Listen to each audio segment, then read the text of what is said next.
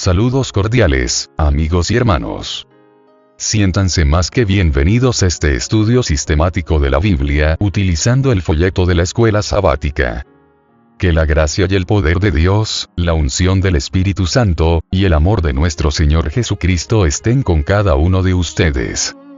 El folleto de este tercer trimestre lleva por título el libro de Marcos. Antes de continuar, vamos a comunicarnos con Dios. Querido Padre Celestial, nos acercamos a ti con corazones agradecidos y humildes, reconociendo tu amor y tu gran misericordia. Te pedimos, que tu Espíritu Santo, nos acompañe mientras nos disponemos a reflexionar sobre tu palabra y tus enseñanzas. Abre nuestras mentes y corazones para que podamos entender profundamente los mensajes que has preparado para nosotros hoy. Ayúdanos a aplicar tus principios en nuestra vida diaria, para vivir conforme a tu voluntad y ser testigos fieles de tu amor y gracia. Guíanos en este estudio del folleto de escuela sabática, Señor, y permítenos sentir tu presencia en cada pensamiento y palabra. Que todo lo que aprendamos nos acerque más a ti y nos capacite para servirte mejor en nuestras vidas. En el nombre de Cristo Jesús, amén. Esta semana, estudiaremos la lección número 4 titulada, Parábolas. El versículo para memorizar dice así. Dijo también, miren lo que oyen. Con la medida con que miden los medirán otros, y aún les será añadido. Al que tiene, se le dará, y al que no tiene, aún lo que tiene le será quitado. El Evangelio según San Marcos, en su capítulo 4, los versículos 24 y 25. Para hoy jueves, 25 de julio. La parábola del crecimiento de la semilla. Vamos a realizar la lectura del libro de Marcos, en su capítulo 4, los versículos 26 hasta el 29. ¿Cuál es el foco primario de esta parábola? Marcos, capítulo 4, los versículos 26 hasta el 29. Dice de la manera siguiente. Decía, además, así es el reino de Dios, como cuando un hombre echa semilla en la tierra, y duerme y se levanta, de noche y de día, y la semilla brota y crece sin que él sepa cómo. Porque de suyo lleva fruto la tierra, primero hierba, luego espiga, después grano lleno en la espiga. Y cuando el fruto está maduro, enseguida se mete la hoz, porque la siega ha llegado. La mayor parte del Evangelio de Marcos tiene paralelos en Mateo, en Lucas o en ambos. Pero ese no es el caso de esta parábola, que aparece solo en Marcos. El foco temático de esta breve parábola es el proceso de crecimiento. Jesús indica que así es como funciona el reino de Dios. Los humanos tienen una parte en el proceso, pero el crecimiento real es obra de Dios. No es un proceso interminable. La historia termina abruptamente con la maduración del grano. Así es como la segunda venida de Cristo pondrá súbitamente fin a la historia de nuestro mundo. Vamos a realizar la lectura del libro de Marcos, en su capítulo 4, los versículos 30 hasta el 32. ¿Cuál es el énfasis importante en la parábola de la semilla de mostaza? Marcos, capítulo 4, los versículos 30 hasta el 32. Dice de la manera siguiente. Decía también, ¿a qué haremos semejante el reino de Dios, o con qué parábola lo compararemos? Es como el grano de mostaza, que cuando se siembra en tierra, es la más pequeña de todas las semillas que hay en la tierra. Pero después de sembrado, crece, y se hace la mayor de todas las hortalizas, y echa grandes ramas, de tal manera que las aves del cielo pueden morar bajo su sombra. Esta parábola destaca cómo algo tan diminuto crece hasta convertirse en algo notablemente grande. Las semillas de mostaza miden entre 1 y 2 milímetros de diámetro. La planta descrita aquí es probablemente la mostaza negra, Brassica nigra, que tiene semillas muy pequeñas, más de 700 de ellas juntas pesan apenas 1 gramo. Aunque no son las más diminutas del mundo, son bastante pequeñas, especialmente en comparación con la planta que producen, que puede alcanzar una altura de 3 metros. Jesús destaca el hecho de que aún los pájaros anidan en sus ramas. Esta última referencia alude a Salmos, capítulo 104, versículo 12 y a Daniel, capítulo 4, los versículos 10 hasta el 12. El Salmo 104 se refiere al poder de Dios cuando creó el mundo, y Daniel 4 representa a Nabucodonosor como un gran árbol debajo del cual todos encuentran sombra y alimento. El punto que Jesús destaca es que el reino de Dios, que fue muy pequeño al comienzo, llegará a ser grande e impresionante. En los días de Jesús, la gente pudo haber mirado con desprecio al predicador Galileo itinerante, cubierto de polvo y con su pequeño grupo de discípulos, pero el tiempo ha mostrado que su reino de gracia sigue expandiéndose por todo el mundo. Y este evangelio del reino será predicado en todo el mundo, por testimonio a todas las naciones, y entonces vendrá el fin. Mateo, capítulo 24, versículo 14. Considera cómo era la iglesia cuando Jesús hizo esa predicción. Porque esta es una predicción tan notable y reafirmadora de la fe para nosotros.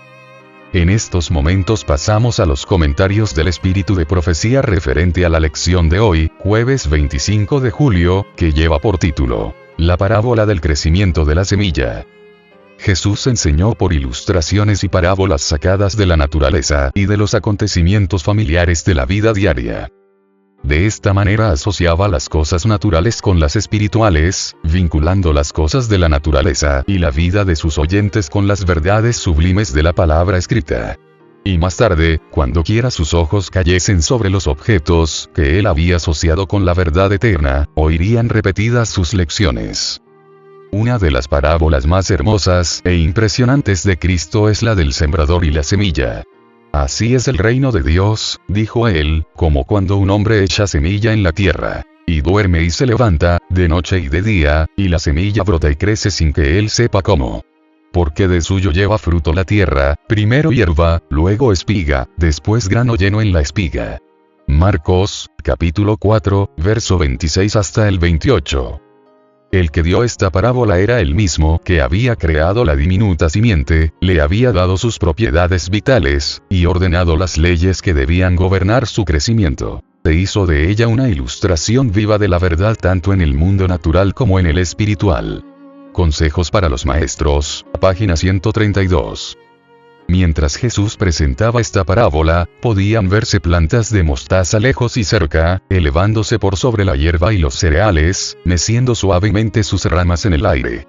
Los pájaros revoloteaban de rama en rama, y cantaban en medio de su frondoso follaje. Sin embargo, la semilla que dio origen a estas plantas gigantes era una de las más pequeñas.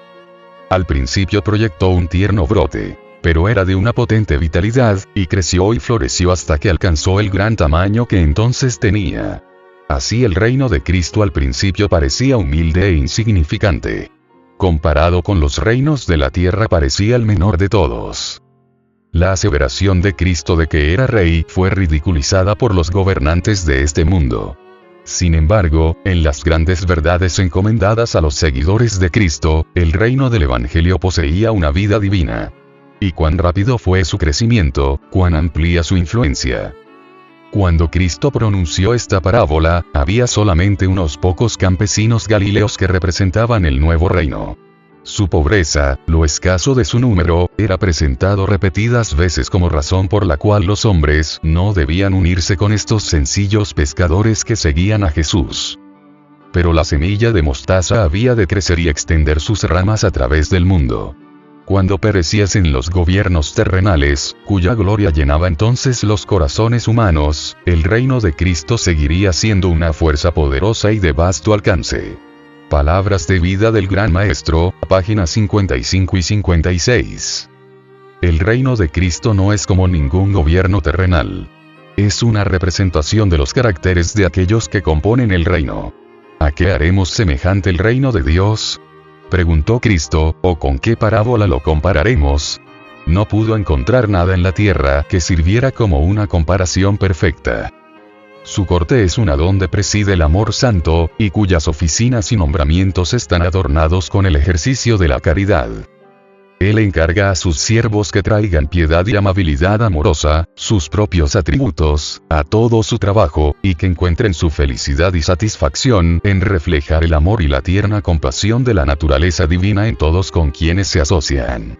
Comentarios de Elena G. de Witte, en Comentario Bíblico Adventista, tomo 5, página 1111. Apreciados, hermanos y hermanas. Ha sido un privilegio para mí, compartir con ustedes, este estudio de la lección de escuela sabática. Espero que las enseñanzas de hoy fortalezcan nuestra fe y nos inspiren a vivir conforme a la voluntad de Dios. Que la gracia de nuestro Señor Jesucristo, el amor de Dios y la comunión del Espíritu Santo estén con todos nosotros ahora y siempre. Antes de terminar, vamos a comunicarnos con Dios a través de la oración. Amante Padre Celestial, te agradecemos por este tiempo de reflexión y por la sabiduría que has compartido con nosotros a través de tu palabra. Gracias por la guía y el entendimiento que hemos recibido hoy. Te pedimos que las enseñanzas y los mensajes que hemos explorado permanezcan en nuestros corazones y mentes, ayudándonos a vivir de acuerdo con tu voluntad.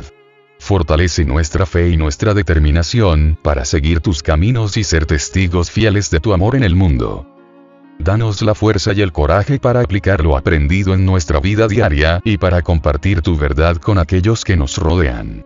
Que todo lo que hagamos refleje tu amor y tu gracia. Nos despedimos de ti, pero jamás de tu presencia, confiando en tu guía continua y en tu cuidado. En el nombre de Jesús, nuestro Salvador. Amén. Que Dios les bendiga.